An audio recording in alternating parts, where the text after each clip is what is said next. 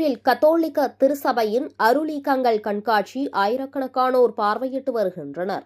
வேலூரில் விண்ணேற்பு அன்னை பேராலயத்தில் விண்ணேற்பு அன்னை பேராலய வளாகத்தில் கத்தோலிக்க திருச்சபையில் புனிதர்களின் அருளீக்கங்கள் கண்காட்சி இன்று முதல் 18ஆம் தேதி வரையில் காலை 7 மணி முதல் 9 மணி வரையில் இக்கண்காட்சியானது நடைபெறும்.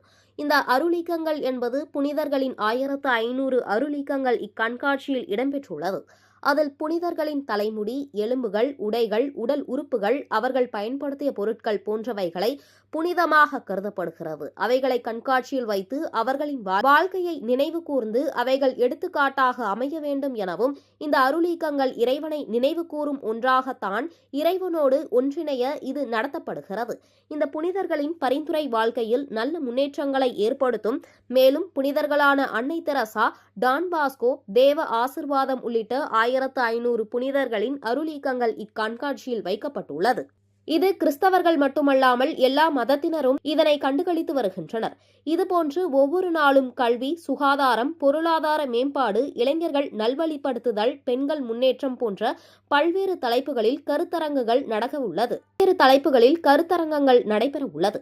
இது சாதி, மத, மொழி பாகுபாடின்றி அனைவரும் பங்கேற்க ஏற்பாடு செய்யப்பட்டுள்ளதால் அனைத்து மதத்தினரும் இக்கண்காட்சியை பார்வையிட்டு வருகின்றனர்.